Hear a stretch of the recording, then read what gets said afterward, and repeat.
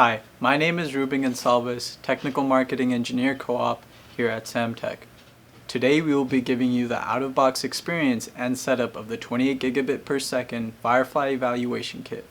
This kit is an easy-to-use platform for evaluating and developing Samtec's FireFly micro flyover system.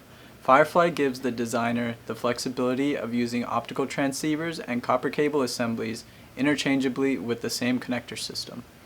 Additionally, FireFly provides the flexibility to achieve higher data rates to 28 gigabit per second and/or greater distances, simplifying board design and enhancing performance. Now, let's see what's in the kit.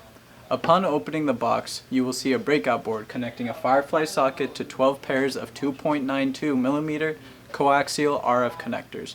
This kit includes one FireFly Evaluation Kit PCB, one 5-volt power adapter, one power supply, one Raspberry Pi, and one micro SD card already inserted into the Raspberry Pi, and all necessary technical documentation.